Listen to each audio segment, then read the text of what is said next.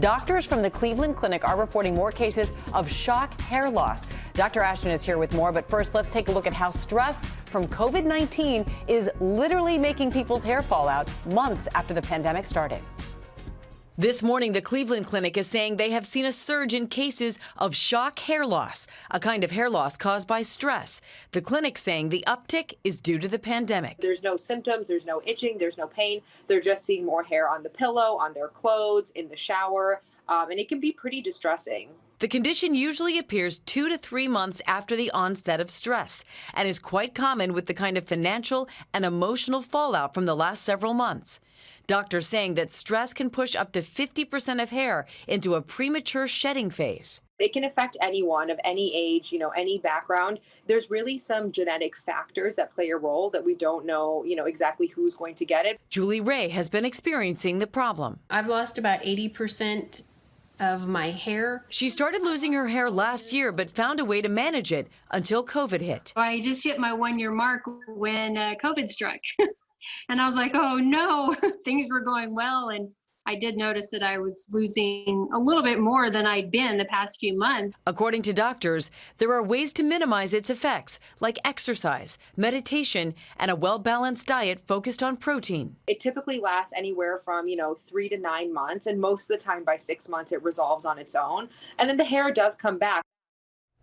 All right, we are joined now by Dr. Jen Ashton. Dr. Jen, we know how important hair is, and we're hearing these reports from women specifically, anecdotally, about losing their hair. What's the medical explanation about hair loss and COVID-19 stress? Amy, it basically has to do with the life cycle of a hair follicle, but first we have to distinguish between psychological and emotional stress that a lot of us are experiencing during COVID and physical or physiologic stress. When you talk about shock hair loss, they're not exactly the same thing. The telogen effluvium hair loss that women see after childbirth, that's a physiologic or physical stress, really. But if you look at the life cycle of a hair follicle, basically think of it in 3 stages. There's a growing phase, a resting stage, and a shedding phase. And when you see a lot of shedding, that's when people perceive hair loss. How do doctors know that this is a diagnosis like shock hair loss and not something more serious?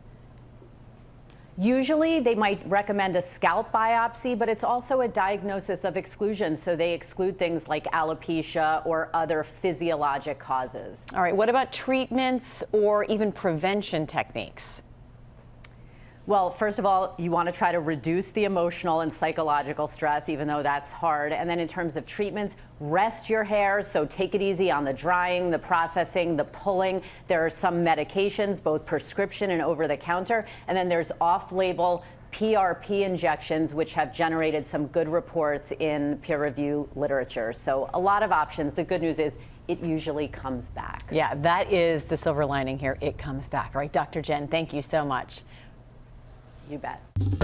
Well, hey there, GMA fans. Robin Roberts here. Thanks for checking out our YouTube channel. Lots of great stuff here. So go on, click the subscribe button right over here to get more of awesome videos and content from GMA every day, anytime. We thank you for watching, and we'll see you in the morning on GMA.